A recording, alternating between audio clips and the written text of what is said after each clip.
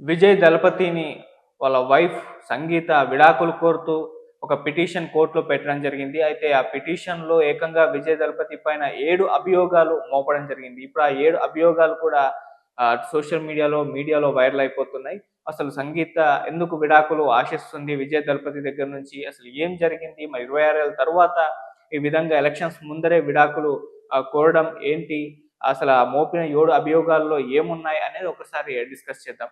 So, వీళ్ళు ఇద్దరు సంగీత and Vijay దళపతి వీళ్ళు 1999లో వివాహం చేసుకున్నారు. సో, ఇప్పుడు 26 ఏళ్ల తర్వాత వీళ్ళ వివాహ బంధంలో ఈ విధంగా ఒక బ్రేక్ పడడం అయితే జరిగింది. అయితే ఇది ఇప్పుడు కాదు, దాదాపు ఒక 5 సంవత్సరాల నుంచి కూడా వీళ్ళిద్దరూ విడిగా ఉంటున్నట్టుగా అటు వాళ్ళ వైఫే చెప్పడం జరిగింది. అంటే మానసికంగా మేమిద్దరం గత 5 సంవత్సరాల క్రితమే విడిపోయాం అన్నట్టుగా కూడా మాట్లాడడం జరిగింది. సో, అసలు ఏం జరిగింది ఇంతలోపే అని చెప్పేసి చూస్తే, సో, ప్రధానంగా చెంగల్పట్టు కోర్ట్‌లో అయితే ఆమె పిటిషన్ వేయడం జరిగింది. అయితే ఆ పిటిషన్‌లో ఒక 7 అభియోగాలు మోపుతూ వీటిని దృష్టిలో ఉంచుకొని నాకు విడాకులు ఇప్పించండి అని చెప్పేసి లాస్ట్ ఇయర్ నవంబర్‌లో ఈ పిటిషన్ ఏసారు. అయితే చాలామంది ఇప్పుడు అనుకుంటున్నారు కాదు లాస్ట్ ఇయర్ నవంబర్‌లోనే ఈ పిటిషన్ అయితే ఏయడం జరిగింది. ఇప్పుడు అది బయటకు వచ్చేసింది. నెక్స్ట్ మంత్ అంటే ఏప్రిల్ 20న కోర్టు విజయ్ దళపతికి రమ్మని జెప్పేసి పిలవడం కూడా పిలుస్తూ నోటీసులు ఇవ్వడం కూడా జరిగింది. అయితే ఈ 7 అభియోగాలు ఏంటి అనేది ఒకసారి చూసుకుంటే మొదటి వివాహేతర సంబంధం. సో, 26 సంవత్సరాలుగా వైవాహిక బంధంలో సంతోషంగా ఉన్న తమ జీవితంలోకి ఒక నటి వచ్చిందని, ఆమెతో వివాహేతర సంబంధం కొనసాగిస్తూ ఉండడం వల్లే విజయ్‌తో జీవితం కొనసాగించడానికి తాను సిద్ధంగా లేనంటూ తన అభిప్రాయాలను తెలియజేసింది. సో, ఇలా వివాహేతర సంబంధం విజయ్ దళపతి పెట్టుకున్నాడు ఒక స్టార్ నటితో అని జెప్పేసి ఆహ్, వాళ్ళ వైఫ్ అయితే ఆరోపణలు జేయడం, ఆ పిటిషన్‌లో పేర్కొనడం అయితే జరిగింది. సో, ఇప్పుడు ఎవరా నటి అని సోషల్ మీడియాలో ఆహ్, ఎక్కువగా చర్చనీయాంశంగా మారిపోవడం కూడా చూస్తూ ఉన్నాం. సో, అయితే రీసెంట్‌గా కొన్ని పరిణామాలు ఇవన్నీ కూడా చూసుకుంటే ఎక్కువగా సోషల్ మీడియాలో గావచ్చు, నెటిజన్స్ దగ్గర నుంచి గావచ్చు, త్రిష పేరైతే ఎక్కువగా వినిపిస్తుంది. సో, ఆమె విజయ్ తలపతితో రిలేషన్‌షిప్‌లో ఉన్నారని జెప్పేసి గత కొంతకాలం నుంచి కూడా ఎన్నో న్యూస్‌లు రావడం చూసాం. ఈ మధ్య ఒక బీజేపీ నేత కూడా ఓపెన్‌గా ఇటువంటి స్టేట్‌మెంట్ ఇవ్వడం కూడా జరిగింది. ఆ తర్వాత త్రిష ఫైర్ అయింది. అతని మీద లీగల్‌గా వెళ్తానని చెప్పడంతో ఆ తర్వాత అతను క్షమాపణలు కూడా కోరడం అవన్నీ కూడా మనం చూసాం. సో, ఇప్పుడు ఒక్కసారిగా అది మర్చిపోకముందే విజయ్ దళపతి వాళ్ళ వైఫ్ సంగీత ఈ విధంగా పిటిషన్‌లో ఒక స్టార్ నటితో వివాహేతర సంబంధంలో ఉన్నాడు. అందుకే నాకు విడాకులు ఇప్పించండి అని చెప్పేసి కోరడంతో ఇప్పుడు మరొకసారి ఎక్కువగా నెటిజన్స్ అందరూ కూడా త్రిషని హైలైట్ చేస్తూ, ఆమెను ఫోకస్ చేస్తూ, ఆమెను టార్గెట్ చేస్తూ పోస్టులు పెట్టడం అయితే జరుగుతుంది. మేబీ మరి హీరోయిన్ త్రిష కూడా క్లారిటీ ఇచ్చే అవకాశం అయితే దీని పట్ల కనిపిస్తుంది. ఇక రెండోది నిర్లక్ష్యం అండ్ పశ్చాత్తాపం లేదు అని.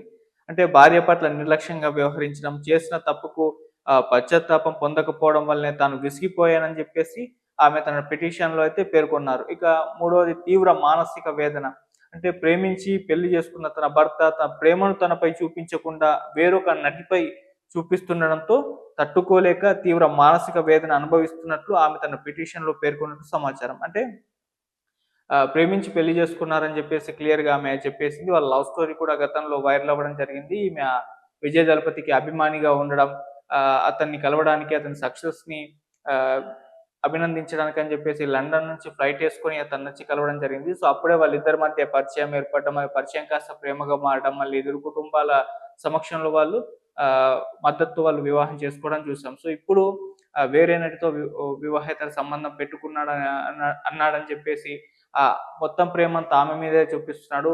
మా మీదేం ప్రేమ చూపించట్లేదు. ఒక గొడవ లాంటిది వాళ్ళ మధ్య జరిగినట్టుగా ఇక ఈ పిటిషన్‌లో ఆమె మెన్షన్ చేసిన దాన్ని బట్టి చూస్తే మనకు అర్థమైపోతుంది.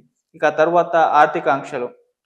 డబ్బు విషయంలో కూడా తనపై ఆంక్షలు విధిస్తున్నట్లు 7 కీలక అభియోగాల్లో ఒకటిగా ఆమె పేర్కొనడం అయితే జరిగింది. సో, మనీ విషయంలో కూడా వీళ్ళిద్దరి మధ్య ఇప్పుడు ఆహ్, కాస్త డిస్ప్యూట్స్ వచ్చినట్టుగా కూడా కనిపిస్తుంది. ఇక స్వేచ్ఛాహరణం అంటే తన కదలికపై నియంత్రణ చూపిస్తాడని, తన స్వేచ్ఛకు భంగం కలిగిస్తున్నాడంటూ ఆమె పేర్కొనడం అయితే జరిగింది. అంటే ఒక స్క్రూటినీ లాంటిది లేకుంటే సర్వైలెన్స్ లాంటిది ఆమె చుట్టూ ఉంచడం, ఆమె ఎక్కడికెళ్తుంది, అదే మొత్తం ఎంక్వైరీ చేయడం ఇటువంటివన్నీ కూడా అంటే ఒక పంజరంలో చిలుకలాగా బంధించినట్టు బంధించాడు అన్నట్టుగా ఆమె చెప్పుకు రావడం అయితే జరిగింది. ఇక వేధింపులు. మాటలతో నిరంతరం వేధిస్తున్నాడని, అనవసరమైన మాటలు మాట్లాడి తనకు వేదనను గురి చేస్తున్నాడంటూ ఆమె చెప్పడం అయితే జరిగింది. ఇది మెన్షన్ చేశారు. ఇలా వేధిస్తున్నాను నన్ను అని చెప్పేసి మాటలతో. ఈవెన్ ఇంకా ఇప్పుడు ఈ విడాకులు కోరిన తర్వాత నన్ను వేధిస్తే ఎవరా నటి ఆమె పేరు కూడా నేను బయటకు పెడతాను అని చెప్పేసి కూడా వార్నింగ్ లాంటిది కూడా ఆమె ఇవ్వడం అయితే జరిగింది. అయితే ఇకపోతే ఇంకా ఏడవ పాయింట్ లాస్ట్ చివరి అభియోగం ఏంటంటే 2 ఏళ్లుగా వీళ్ళిద్దరూ వేరుగా ఉంటున్నట్టుగా కూడా పేర్కొన్నారు. ఇకపోతే ఇద్దరు పిల్లలు ఉన్నప్పటికీ తన భర్త తనతో ఒకే ఇంట్లో ఉండకుండా గత 2 సంవత్సరాలుగా వేరే నివాసంలో ఉంటున్నారంటూ ఆమె తన అభియోగాలను వివరించింది. అంటే ఇక 2 ఇయర్స్ నుంచి కూడా వీళ్ళిద్దరూ కలిసి ఉండట్లేదు అని జెప్పేసి క్లియర్‌గా దీన్ని బట్టి చూస్తే అర్థమైపోతుంది. సో, ఆల్రెడీ ఆమె మెన్షన్ చేసిన దాని ప్రకారం చూసుకుంటే 5 సంవత్సరాలే మేము మానసికంగా విడిపోయామని జెప్పేసి చెప్పారు. అంటే దాదాపు ఒక 2021 నుంచి వీళ్ళు కలిసి ఉండట్లేదు.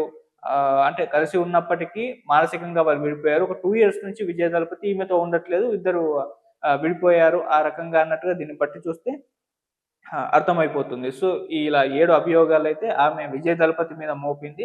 సో, ఇప్పటికి విజయ్ దళపతి దీని పట్ల క్లారిటీ అయితే ఇవ్వడం లేదు. అయితే కొంతమంది దీన్ని ఎలక్షన్ పర్పస్‌లో పొలిటికల్ రగడ చేయడానికి ఈమె ఈ విధంగా చేసిందని చెప్పేసి చెప్పినప్పటికీ ఇది లాస్ట్ ఇయర్ నవంబర్‌లో మాత్రమే పిటిషన్ పెట్టారు. ఇప్పుడు బయటకొచ్చింది. ఇది పొలిటికల్‌గా హెల్ప్ అవుతుందని కొంతమంది బయట పెట్టారని కూడా చెప్తూ ఉన్నారు. సో, ఈమె గత కొంత సంవత్సరాల నుంచి కూడా విజయ్ దళపతితో ఇబ్బందులు ఫేస్ చేస్తుందని చెప్పేసి క్లియర్‌గా అర్థమైపోతుంది. సో, విడిగా ఉండడం, వేధింపులకు గురి కావడం ఇటువంటివన్నీ కూడా భార్యాభర్తల మధ్య గొడవలొచ్చినట్టుగా కూడా స్పష్టంగా తెలిసిపోతుంది. ఆ నేపథ్యంలోనే ఈమె లాస్ట్ ఇయర్ నవంబర్‌లోనే విడాకులు కోరుతూ చెంగల్పట్టు కోర్టులో పిటిషన్ దాఖలు చేసింది. సో, ఏప్రిల్ 20న విచారణ ఉంది. సో, విజయ్ దళపతి రావాలని చెప్పేసి కూడా కోర్టు నోటీసులయితే పంపింది. మరి ఆ రోజు ఏం జరుగుతుందో కూడా చూడాలి. మరి విజయ్ దళపతి విడాకులు ఇచ్చేస్తాడా?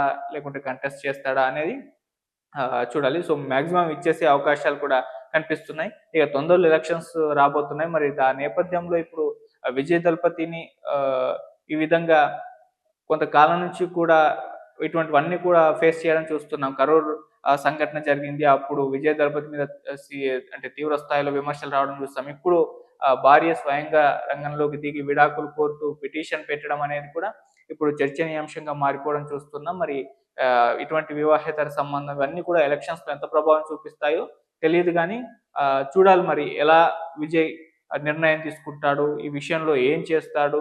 తన మీద వచ్చిన అభియోగాల్ని ఏ విధంగా తను రియాక్ట్ అయ్యి దీనికి సమాధానం చెప్తాడో ఇవన్నీ కూడా తెలియాల్సుంది. సో, ఏప్రిల్ 20, 2026న విచారణలో మరి ఎలా ఏం జరుగుతుందనేది సర్వత్రా ఇప్పుడు విజయ్ అభిమానుల్లో కూడా ఒక ఆసక్తి అయితే ఉంది. సో, అప్పటి వరకైతే వెయిట్ చేద్దాం. Thank you so much.